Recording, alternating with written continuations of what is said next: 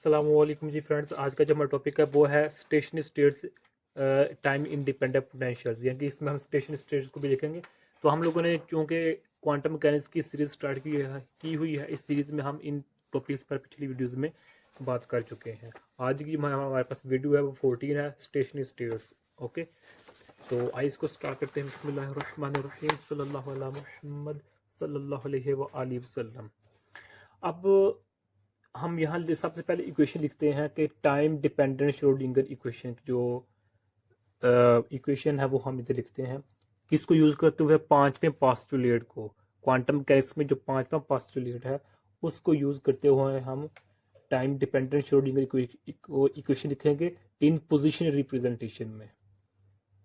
Okay, in position representation की form में, यानी कि एक जो पार्टिकल है जिसका मास m है और वो मूव कर रहा है इन टाइम डिपेंडेंट पोटेंशियल में, यानी कि एक पार्टिकल है जिसका मास m है, वो टाइम डिपेंडेंट पोटेंशियल यानी कि v/t में मूव कर रहा है। इसकी हमने टाइम डिपेंडेंट श्रोडिंगर इक्वेशन लिखती है पांचवें पोस्टुलेट को यूज करते हुए। अब हम सबसे पहले देखते हैं जो पांचवा पोस्टुलेट है क्वांटम मैकेनिक्स में, यानी कि वो हमारे पास क्या है, ये है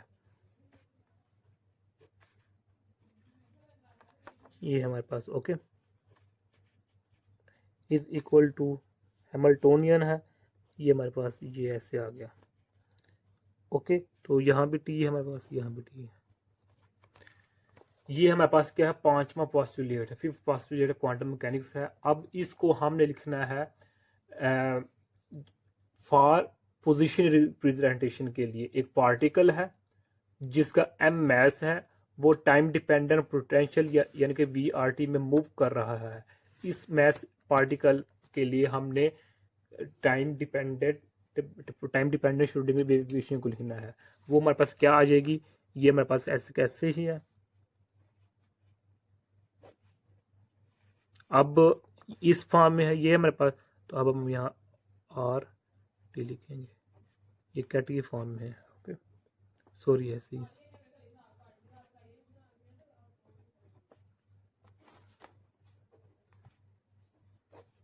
ये ऐसे है आर टी।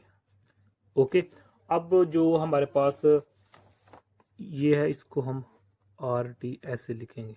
अब जो हमारे पास ये है हैमिल्टोनियन फॉर टाइम डिपेंडेंट के लिए हमारा पार्टिकल, वो हमारे पास क्या है, H square over 2m square R T plus V R T.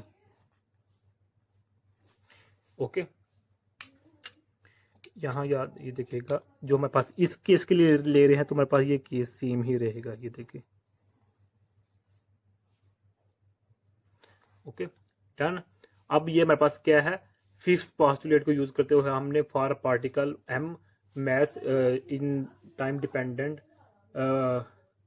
In time dependent potential के लिए हमने ये इक्वेशन लिख ली है। इस इक्वेशन को हम नाम देते हैं, ये हमारे पास इक्वेशन ए है।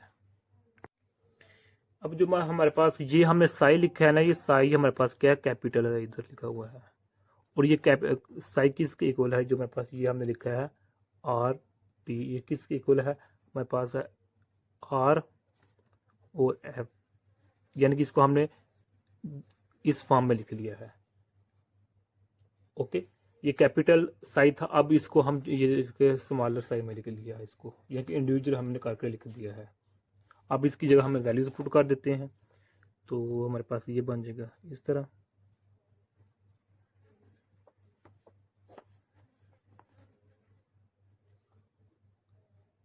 यानी कि अब इसकी जगह ना हमने ये और इसको इस तरह लिख लिया है, क्योंकि हमने इसको इसके इक्वल कर दिया है। अब ये इक्वल हो जाएगा negative H square over 2m, तो हमारे पास एफ टी, ये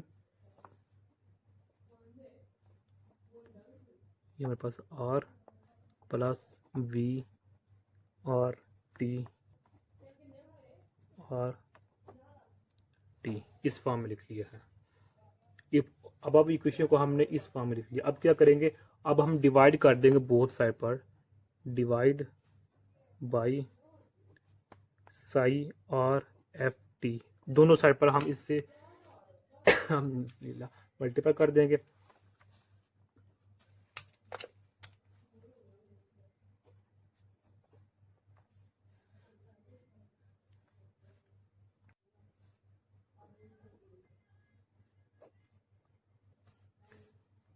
तो अब इससे डिवाइड करना है, तो अब इसको हम इधर लिख लेते हैं। अब जो मेरे पास ये है इसको हम ऐसे लिख लेंगे 2m ft और फिर r। तो ये हमने नीचे लिख दिया इसको। ओके, तो अब प्लस है, ये वाली टर्म है ऊपर, r t है, r है, t है, तो इसको हमने नीचे से एफ टी है। ये क्या हो गया, कैंसिल हो गया। ओके, तो यहाँ से हमारे पास ये कैंसिल हो गया और हमारे पास ये कैंसिल हो गया। अब वो हमारे पास जो फाइनल इक्वेशन नीचे बच जाएगी वो हमारे पास क्या आ जाएगी, यूटा H cut over F T partial F T over is equal to negative 2m square, मेरे पास आर है, R plus V R T, ये मेरे पास आ गया है। ओके, तो अब क्या है कि जो मेरे पास ये वाली है ना, ये क्या है, टाइम डिपेंडेंट है, यानी कि ये यहाँ जो आर का ये टी है मेरे पास, आर का फैक्टर वो नहीं है, तो लिहाजा ये पोजीशन के लिहाज से क्या है, इंडिपेंडेंट है। और जो हमारे पास ये है, ये पोजीशन के लिहाज से डिपेंडेंट है, ये भी आर है, ये भी आर है, और टाइम के लिहाज से क्या है, इंडिपेंडेंट है। अब बात इसकी रहेगी, इसमें आर भी और टी भी है, चूंकि हमने ऊपर हेडिंग क्या लिखी हुई है, टाइम इंडिपेंडेंट है, तो जो मेरे पास टी का फैक्टर वो जीरो हो जाएगा, तो ये भी मेरे पास टाइम इंडिपेंडेंट यानी कि स्पेस डिपेंडेंट यानी कि पोजीशन डिपेंडेंट हो जाएगी। अब ये मेरे पास इक्वेशन बन चुकी है कि हमने बाई पार्शियल डेरिवेटिव जो मेथड जो मेरे पास वेरिएबल्स हैं उनको अलग अलग कर दिया है, टाइम वाले को अलग कर दिया है और इंडिपेंडेंट ऑफ टाइम वाले को हमने अलग कर दिया है। अब चूंकि ये जो इक्वेशन इसकी इक्वल है, if both sides with different equations आ गए, ये देखिए ये इक्वेशन है तो डिफरेंट है लेकिन है एक दूसरे की इक्वल है ना। If both sides with different equations are equal then we put them is equal to constant E. तो चूंकि ये अगरचे दोनों डिफरेंट है लेकिन ये है एक दूसरे के इक्वल है, तो हम इन दोनों को एक कांस्टेंट जो जिसको हम ई से डिनोट कर रहे हैं इसके इक्वल पुट कर देते हैं। मतलब क्या है कि ये इक्वेशन इस इक्वेशन के लिहाज से इंडिपेंडेंट है और ये वाला पार्ट इस वाले पार्ट से इंडिपेंडेंट है, इसलिए इन दोनों इक्वेशन दोनों पार्ट इक्वेशन के दोनों हिस्सों को हमने एक कांस्टेंट एक इक्वल कर देते हैं। और इसको हम अगर इक्वल कर देते हैं तो फिर हम इसको अलग अलग भी लिख सकते हैं इस तरह।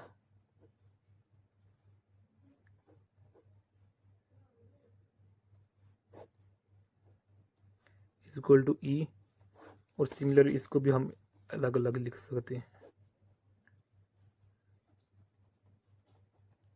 आर है over R is plus V R is equal to E है हमारे पास। डन हो गया, तो सेपरेशन ऑफ वेरिएबल्स यहाँ हो चुकी है हमारे पास। अब हम क्या करेंगे कि जो मेरे पास ये है partial F T over partial T, इधर आप डी टी भी लिख ले, इधर भी डी लिखने की कोई बात नहीं है, तो ये एफ इधर आकर क्या हो जाएगा, इसके साथ मल्टीपल हो जाएगा।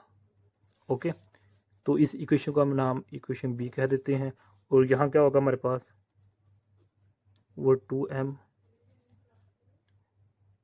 प्लस वी आर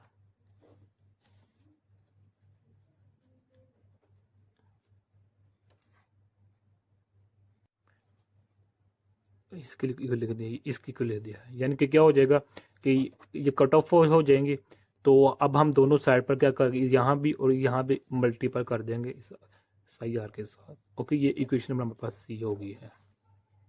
ये इक्वेशन हमारे पास कहलाती है, this equation is known as time independent Schrodinger equation for a particle of M mass moving in a time independent potential VR। यानी कि जो हमारे पास था, ये देखें, ये जो इक्वेशन लिखी थी हमने, ये किसके लिए लिखी थी, टाइम डिपेंडेंट श्रोडिंगर इक्वेशन के लिखी थी। टाइम डिपेंडेंट श्रोडिंगर यानी कि एक हमारे पास पार्टिकल है जिसका एम मैस है, वो किस में मूव कर रहा है, पोटेंशियल आर टी में मूव कर रहा है। तो इस इक्वेशन की मदद से ये हमारे पास क्या बन गई, टाइम डिपेंडेंट श्रोडिंगर इक्वेशन बन गई है। किसके लिए, एक पार्टिकल जिसका एम मैस है और वो इस पोटेंशियल में मूव कर रहा है। अब हमने इस इक्वेशन की मदद से इसको इस फॉर्म में लिख दिया है। अब ये जो इक्वेशन बन गई है, ये वही पार्टिकल एम मैस है जो कि अब मूव कर रहा है पोटेंशियल आर में। अब ये टाइम इंडिपेंडेंट हो चुकी है, time independent Schrodinger wave equation for particle M mass के लिए हो चुकी है ये वाली। डन हो गया। अब जो इक्वेशन ये है, इसको हम क्या करते हैं, सिंप्लीफाई करते हैं इस इक्वेशन को। मैं इक्वेशन दोबारा लिख देता हूं आगे।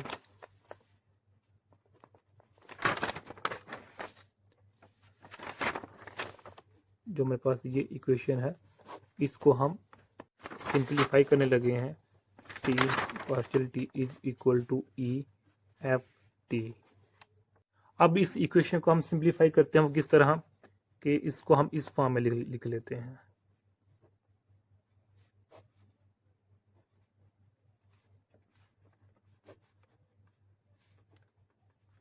यानी कि अब हमने इंटीग्रेट कर दिया है इसको, इस इक्वेशन को हमने इस इक्वेशन की फॉर्म में लिख लिया है। ये मेरे पास क्या है, आई, यानी कि जो हमारे पास ये है, ये यहाँ आ जाएगी। जब ये यहाँ आएगी तो ये ऐसे होगी ना, 1/h each कट। तो अब यहाँ जो पाई, ये हमारे अयोटा है, अयोटा को ऊपर लेकर जाना है, तो क्या करेंगे कि ऊपर ले जाएंगे, इसको ऊपर ले जाएंगे, तो यहाँ पर सारे नेगेटिव लगा देंगे, तो मेरे पास ये आ जाएगा। यानी कि क्या करेंगे, पहले क्या थी, ऐसी थी ना ये मेरे पास इक्वेशन, इसको अब क्या करेंगे, और ऊपर अयोटा लाना है तो हमने ऊपर भी और नीचे भी क्या कर देंगे, अयोटा से मल्टीप्लाई कर देंगे, हमारे पास ये बन जाएगी। तो अब ये अयोटा स्क्वायर है, तो अयोटा इसके वन -1 की इक्वल होता है, तो ये हमारे पास नेगेटिव फॉर्म में आ जाएगी इस ये वाली पास। ओके, ये मेरे पास इक्वेशन आ चुकी है, ये वाली। इस इक्वेशन को से हम इस इक्वेशन में आ चुके हैं। अब इस इक्वेशन को हम मज़ीद सिंप्लीफाई करते हैं, तो इसको फिर हम इस फॉर्म में लिखते हैं।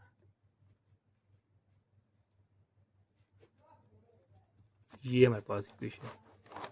ओके, तो ये हमारे पास सॉल्यूशन है टाइम डिपेंडेंट श्रोडिंगर इक्वेशन का। जो ये हमने लिखा था, ये था टाइम इंडिपेंडेंट श्रोडिंगर इक्वेशन का सॉल्यूशन था। और जो मेरे पास ये सॉल्यूशन है, ये सॉल्यूशन किसके लिए है, टाइम डिपेंडेंट। पिछला इंडिपेंडेंट, ये डिपेंडेंट के लिए है। अब चूंकि हमने पीछे ये एक बात की हुई है कि हम इसको ये लिख सकते हैं, जो मेरे पास था कैपिटल साई आर टी, इसको तो हम इसका जो हमारे पास जो कैपिटल साई आर टी था, इसको हम इस फॉर्म में लिख लेते हैं, लिखा है। ओके, अब हम ये क्या करें, इसके हमको वैल्यू इधर पुट कर देंगे। ये जो मेरे पास वैल्यू आई है टी, यानी कि अब यहाँ देखें क्या है कि यहाँ आर टी है, यहाँ आर है सिंपल, और यहाँ क्या है, टी है। ओके, यानी कि हमारे पास टाइम डिपेंडेंट है, ये टाइम डिपेंडेंट इक्वेशन हमारे पास बन चुकी है। इस इक्वेशन को हम इक्वेशन नंबर डी का नाम दे देते हैं। अब हम बात करते हैं स्टेशनरी स्टेट्स। ऐसी स्टेट्स जिनकी जो प्रोबेबिलिटी डेंसिटी होती है वो टाइम इंडिपेंडेंट होती है, उन स्टेट्स को हम स्टेशनरी स्टेट्स का नाम देते हैं। दोबारा फिर सुन लीजिएगा, स्टेशनरी स्टेट्स हम उन स्टेट्स को कहते हैं जिनकी जो प्रोबेबिलिटी डेंसिटी होती है वो टाइम के लिहाज से क्या होती है, इंडिपेंडेंट होती है। उन स्टेट्स को हम स्टेशनरी स्टेट्स का नाम देते हैं। अब हम इसी को ले लेते हैं, जो वहाँ पर इक्वेशन डी है। अब देखते हैं हम जो प्रोबेबिलिटी डेंसिटी को, probability density. P is equal to, probability density को हम इस तरह भी लिख सकते हैं या फिर इसको हम इस तरह भी लिख सकते हैं, एक ही बात है। ओके, तो अब इस फॉर्म में लिखते हैं। तो जो हमारे पास है ये है, इसको हमने लिखा है इधर,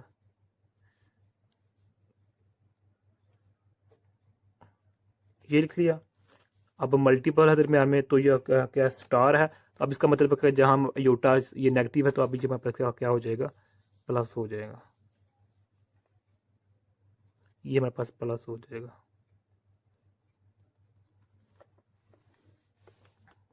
ये हमारे पास प्रोबेबिलिटी आ चुकी है।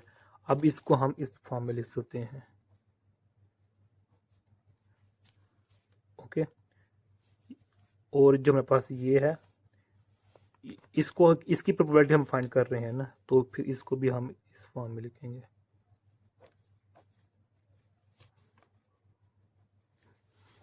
ओके हो गया। तो ये हमारे पास क्या है, स्टेशनरी स्टेट्स है। जब इसको हम सोल्व करेंगे तो मेरे पास ये आंसर आएगा, और ये क्या है, टाइम का कोई भी फैक्टर इधर नहीं आ रहा, तो मतलब क्या हुआ कि टाइम के लिहाज से क्या है, ये इंडिपेंडेंट है।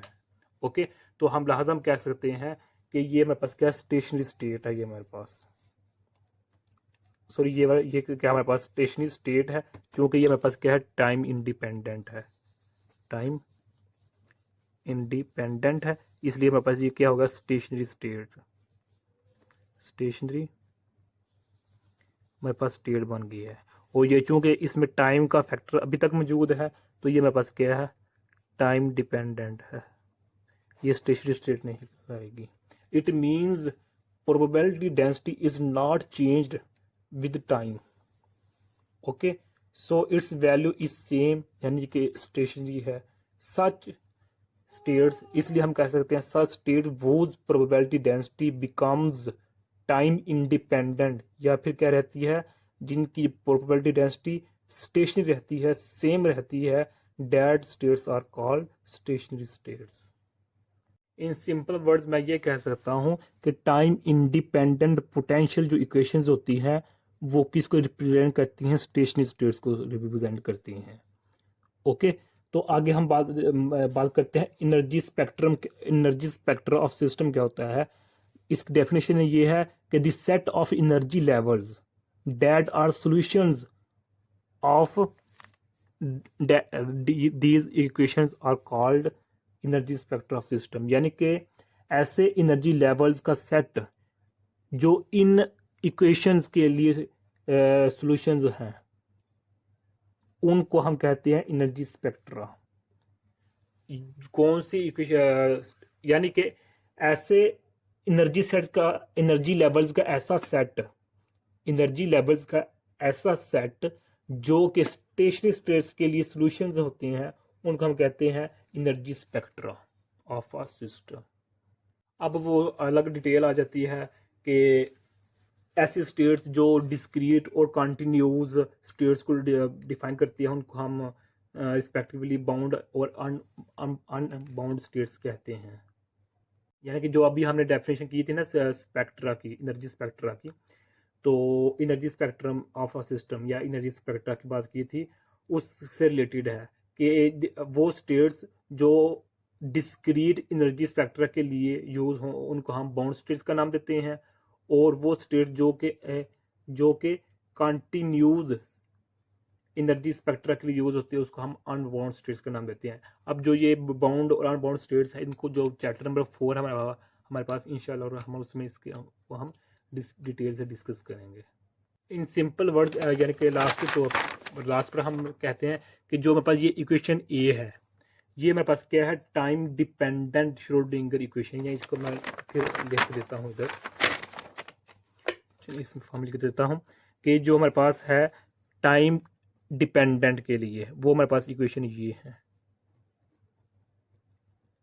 ये आर है, over T is equal to हमारे पास negative iota square over 2m X T, या इधर आर टी लगा लें, तो अगर इधर आर लिखा है तो इधर फिर आर लिखना पड़ेगा, तो हमारे पास क्या है, x T omega Sai x T. ये मेरे पास क्या है, time dependent Schrodinger wave equation हमारे पास है ये। ओके, अब हम बात करते हैं इंडिपेंडेंट की। तो इंडिपेंडेंट के लिए हमारे पास ये होगी, इधर आप पार्शियल भी लिख सकते हैं।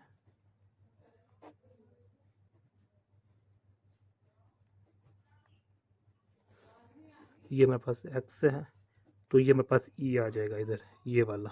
तो ये मेरे पास क्या है, time independent Schrodinger wave equation है ये मेरे पास।